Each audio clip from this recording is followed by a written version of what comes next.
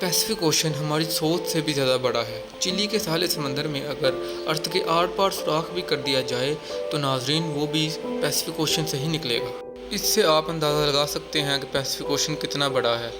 ناظرین، حامی T V کی ایک نئی ویڈیو میں آپ کا پھر سے خوش آمدید۔ ناظرین، دنیا میں ٹوٹل 5 اوشن پائے جاتے ہیں۔ ان 5 میں سے سب سے بڑا پیسفک اوشن ہے اور یہ ٹوٹل 165 ملین اسکوائر کلومیٹر کے ایریا میں پھیلا ہوا ہے۔ آپ کو یہ بات جان کر حیرت ہوگی کہ ہماری دنیا کا ٹوٹل لینڈ یعنی ٹوٹل خشک حصہ 148 ملین اسکوائر کلومیٹر پر پھیلا ہوا ہے، جس کا مطلب یہ ہوا کہ باقی 4 اوشن اگر ہٹا کے صرف پیسفک اوشن کی بات کی جائے تو وہ اکیلا ہی ہماری پوری دنیا کے پہاڑوں، جنگلات، ریگستان اور تمام آئی لینڈ سے بھی زیادہ بڑا ہے۔ اس پورے اوشن میں صرف چند آئی لینڈز ہیں اور وہ بھی اتنے چھوٹے ہیں کہ وہ اس پورے اوشن کے برابر صرف ایک ڈاٹ کی حیثیت رکھتے ہیں۔ اور سونے پہ سہاگا، یہ وہ آئی لینڈز ہیں جن پر آج تک کسی انسان نے ایک قدم بھی نہیں رکھا۔ کل ملا کر اگر بات کی جائے، اگر کوئی انسان اس پیسفک اوشن میں گم ہو جائے تو اسے ڈھونڈنے کا چانس لگ بھگ نہ ہونے کے برابر ہے۔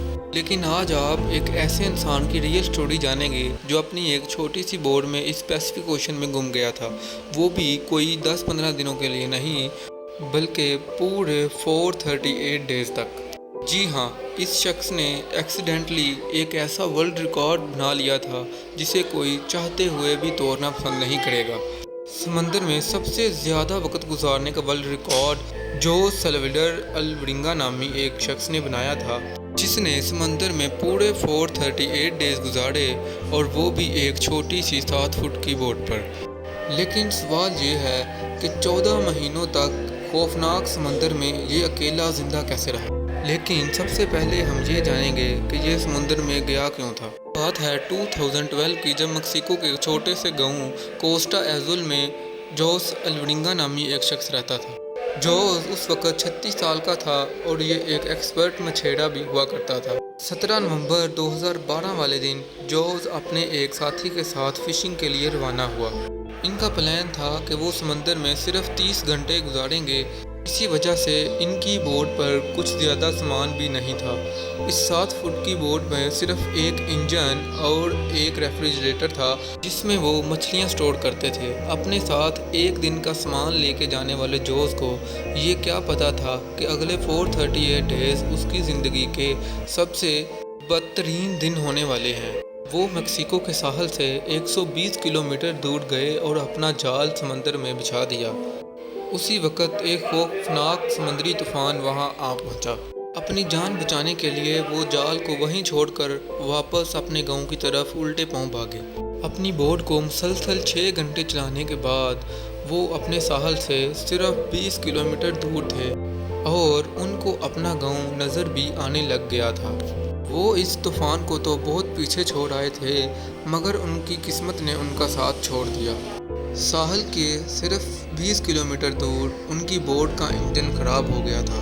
اب نہ ہی ان کے پاس چپو تھے اور نہ ہی بوٹ کی ڈائریکشن کنٹرول کرنے والا سیل، لیکن ان کے پاس ایک ریڈیو تھا جس کے ذریعے انہوں نے اپنی لوکیشن اپنے باس کو بھیجی اور باس کے جواب کا ویٹ کرنے لگے۔ لیکن اس کے بعد وہ ہوا جو ہر مچھویر کا ایک گھنونا خواب ہوتا ہے۔ اپنے باس کے جواب کا ویٹ کرتے کرتے ان کی ریڈیو کی بیٹری بھی جواب دے گئی اور اب ان دونوں مچھویروں کا باہر کی دنیا سے کانٹیکٹ ختم ہو چکا تھا۔ جوز الورینگا اور اس کا ساتھی ابھی اسی پریشانی میں تھے، لیکن اچانک وہ ہوا جس کا بالکل بھی اندازہ نہیں تھا۔ تیز ہواؤں نے ان کو واپس سمندر کی طرف دھکیلنا شروع کر دیا اور جو ساحل ان کو نظر آ رہا تھا وہ آہستہ آہستہ ان سے دور ہوتا چلا گیا۔ ان کے باس نے ان کو ہر طرف ڈھونڈا لیکن اب تک بہت دیر ہو چکی تھی۔ جیسے جیسے دن گزرتے جا رہے تھے، جوز اور اس کے ساتھی کو ڈھونڈنا اتنا ہی مشکل ہوتا چلا جا رہا تھا۔ اس حادثے کو ابھی 5 ہی دن گزرے تھے کہ جوز کی بوٹ کو تیز ہواؤں نے ساحل سے 450 کلومیٹر دور دھکیل دیا تھا۔ وہ سمندر کے اس حصے میں پہنچ چکے تھے جہاں ہر طرف پانی ہی پانی نظر آ رہا تھا۔ ان کو یہ معلوم تھا کہ ان کی بوٹ اتنی چھوٹی ہے کہ ان کو دور دور سے بھی نہیں دیکھا جا سکتا۔ نہ ہی ان کے پاس کوئی فلیئر گن تھی اور نہ ہی وہ آگ لگا کر دھوئیں سے کسی کو سگنل دے سکتے تھے۔ جوز اور اس کے ساتھی کو اب یہ اچھی طرح معلوم ہو چکا تھا کہ ان کے بچنے کا چانس اب 1% سے بھی کم ہے۔ ایک اندازے کے مطابق جوز پیسیفک اوشن کے اس حصے میں موجود تھا اور یہ حصہ دنیا کا خاموش ترین حصہ مانا جاتا ہے۔ اوشن کے اس حصے میں کارگو شپ بھی بہت کم گزرتی ہیں۔ میکسیکو کے ساحل کو چھوڑے جوز کو اب 6 مہینے ہو چکے تھے اور اس دوران اس نے اپنے ساتھی کو بھی کھو دیا تھا۔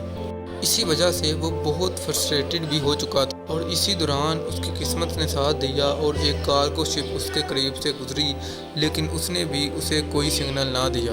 اب جوز اپنی چھوٹی سی بوٹ پر 8000 کلومیٹر ٹریول کر چکا تھا۔ اس کے کپڑے بھی پھٹ چکے تھے اور اب اس کے پاس اپنے آپ کو سن لائٹ سے بچانے کے لیے صرف ایک انڈر ویسٹ بچی تھی۔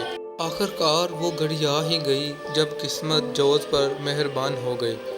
30 جنوری 2014 کو جوز نے اپنے آس پاس پانی میں ناریل تیرتے ہوئے دیکھے۔ وہ اس بات کو سمجھ چکا تھا کہ کوئی آئی لینڈ قریب آ گیا ہے جہاں لگے درختوں پر ناریل درختوں سے ٹوٹ کر پانی میں تیر رہے ہیں۔ اسی دوران اس کو ایک آئی لینڈ دکھا۔ اسے ڈر تھا کہ کہیں یہ آئی لینڈ بھی اس سے چھوٹ نہ جائے۔ اسی ڈر کی وجہ سے وہ پانی میں کود کر آئی لینڈ میں پہنچ گیا۔